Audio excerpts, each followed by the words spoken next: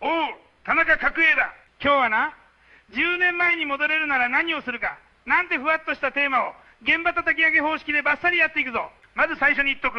10年前に戻りたいなんて言ってるうちは、まだ本気で今を生きてない。政治の世界でもそうだ。あの時こうしておけばって言い出したらもう勝負は終わりなんだよ。よく今のセミナーでも言うだろう。自己理解が大事です。価値観を言語化しましょう。やりたいことを明確にって間違っちゃいない。だがな、それをノートにきれいに書いて満足してる時点でもう半分負けてる。俺から言わせりゃ、行動しない自己分析はエンジンかけないフェラーリみたいなもんだ。眺めてニヤニヤして終わり。じゃあもし俺が10年前に戻れたら何やるか。3つだけ言う。シンプルだ。1つ目、決めるのを早くする。迷ってる時間を全部削る。政治だってそうだ。情報が揃うのを待ってたらチャンスも危機も通り過ぎる。俺は総理の時、日中国交正常化をやると決めたら一気にやった。あれをもう3年用済みしましょうなんて言ってたら、日本は今頃もっと面倒くさい立場になってた。個人の人生も同じだ。転職しようか副業しようか資格取ろうかって3年悩むくらいなら、3ヶ月やってみてダメならやめろ。その方が傷は浅いし経験は残る。2つ目、失敗の修正を後回しにしない。俺の人生で言えばな、ロッキードみたいなでかい失敗もあった。ああいうのは早めに火種を消すかやらないかのどっちかしかない。皆さんの人生だって同じだ。合わない仕事、合わない結婚、合わない人間関係、そのうち何とかなるって放置して10年腐らせるから後悔になるんだよ。これは違うと思った瞬間に修正の段取りをつけろ。長辞表出さなくていい。だが1年以内に動くと期限だけは決めろ。それが現場感覚だ。3つ目、約束する相手を増やす。これが一番効く。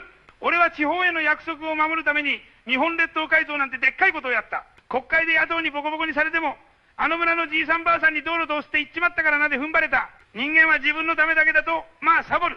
30代40代50代になってからの後悔ってのは大抵自分との約束を守らなかったことだ。だったら最初から自分との約束を人に宣言して逃げ道を塞げ。来年までに転職活動を始める。3年で貯金300万円作る。5年でこの町を出る。何でもいい。家族でも友達でも SNS でもいいから口に出してしまえ。政治と同じで公約は外に出してなんぼだ。ここでな、人生の先輩としてあの時こうしておけばを減らすための5つの真実を渡しとく。1つ、後悔はやったことよりやらなかったことが9割だ。俺も逮捕されたことは反省はするが後悔はあまりしてない。だがこの人材をもっと育てておけば、この地方にもう行って売っておけばっていうやらなかったことは今でも引っかかる。2つ安定を買いすぎると人生は不安定になる。公務員でも大企業でも時代が変われば簡単に揺れる。列島改造だって高度成長は永遠でないと分かってたからやったんだ。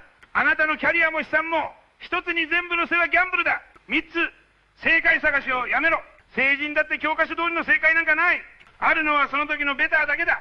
結婚相手も仕事も投資も唯一の正解を追いかけるから決められない。決めた瞬間からそれを正解に近づける努力をする。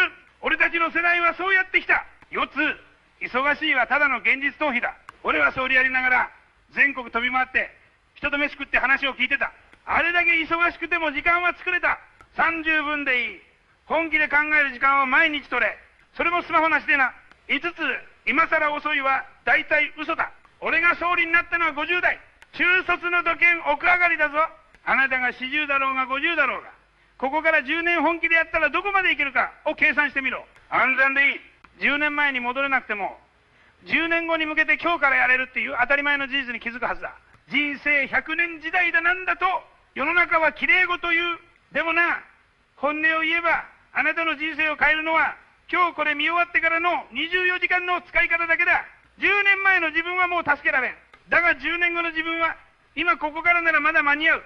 最後に一つだけきついことを言う。10年前に戻れたら何するかを真面目に語ってるうちはまだ甘い。本気で生きてるやつは10年後にあの時戻りたいなんて絶対言わないように、今日何を削るか何を始めるかを考える。戻りたい過去じゃなくて胸張って振り返れる現在を作れ。それが後悔しない人生の一番の近道だ。さあ、この動画閉じたら何をやめて何を始めるか、そこであんたの10年後が決まるんだよ。